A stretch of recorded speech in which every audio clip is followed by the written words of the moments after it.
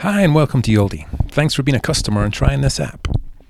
Yaldi takes the strategies and methods from the world's most successful companies and bakes them into a tool that you, the small business owner, can use in a similar way to drive Fortune 50 type results across your business.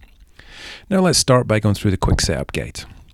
Here we've entered our login details, but if you haven't got there yet, simply choose the sign up option there on the left. The first thing we're asked to do is to select our industry.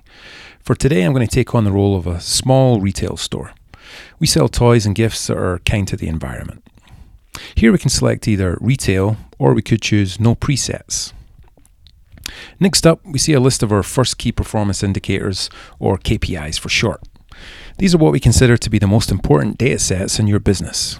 If you already use data in your business, you can refine these, or if you use very little data in your business, we probably recommend starting simple by only selecting 2, 3, or maybe even 4. You can always add more as you get more comfortable. It seems obvious that cash flow, revenue, sales, or inventory are on the list for a retail store, but also you can see more advanced measures like customer satisfaction and customer acquisition. The next screen is more key performance indicators, but this time these KPIs tend to drive the ones you just chose on the previous screen. Select the items that mean the most to you. Try not to select them all, especially at first. Staying focused on a few things is often a better strategy than trying to measure everything. Next up, we can set some custom measures. Let's say store visitors. Is it relevant to us to see how much foot traffic we get? Let's go ahead and set that up. Then later we can see how foot traffic relates to sales or other KPIs. Okay, great. Now we're set up, let's take a look around. First, this is your dashboard. Here you can get a quick look at your top KPIs, and also this is where your actions or business events are stored. We'll talk more about those in a later video. Next up is the progress page. Here you can see all those other KPIs you set earlier.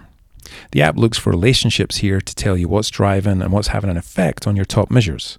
In other words, how do they relate? If you want more info on any KPI, you can select the info button to get a much more in-depth view of what that KPI means and why it's important. Next, we can see the reports page. This is where your targets and results are displayed in a more traditional business format.